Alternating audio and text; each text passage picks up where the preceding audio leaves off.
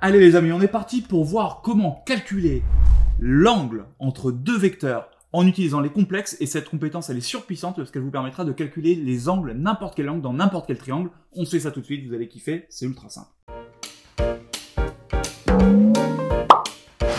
Je vous rappelle que quand vous avez un vecteur, par exemple ce vecteur U, qui a une affixe, j'en sais rien, 3 moins i, en calculant l'argument de 3 moins i, vous avez accès à cet angle-là. Ça, c'est l'argument de 3 moins i, l'argument de la fixe du point image u, blablabla. Maintenant, imaginons que j'ai un deuxième vecteur v, comme ça. Eh bien, ce que je vais observer comme angle ici, ça sera de la même manière l'argument du point associé à, de la fixe associée au vecteur v.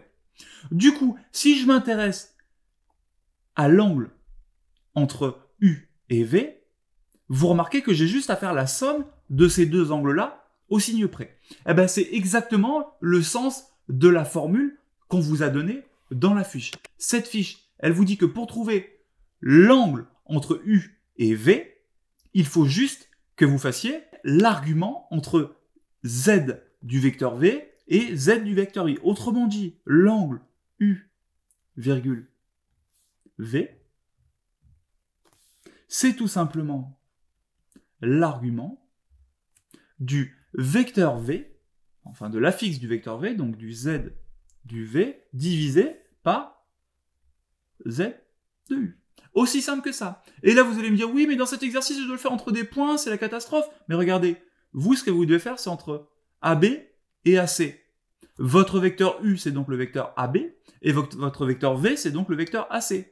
Et l'affixe du vecteur AB, ZAB, comme rappelé dans la fiche, c'est tout simplement ZB moins ZA. Et l'affixe du vecteur AC, c'est tout simplement ZC moins ZA. Donc vous, ce que vous recherchez pour avoir l'angle AB AC, c'est tout simplement l'argument de la fin moins le début toujours. Hein. Donc si vous voulez AB AC, il faut que vous commenciez par calculer AC. Donc ça va être ZAC sur ZAB, et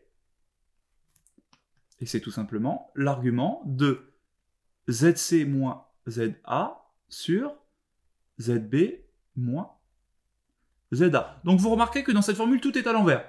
On veut AB, AC, on commence par calculer AC et on divise par AB, et quand on veut AC, on fait C moins A, et quand on veut AB, on fait B moins A. Donc retenez que finalement, AB, AC, vous notez tout à l'envers. Vous commencez par calculer ZC moins ZA, ensuite vous faites ZB moins ZA et vous divisez. On se le fait une fois, parce que jusque-là, on peut se dire, mais attends, c'est quand même c'est bien flou ce truc-là, quoi. Comment est-ce que je le fais en pratique? Ouh, j'ai oublié d'effacer le précédent exercice. Donc moi, comme je vous aime bien, je vais vous le calculer.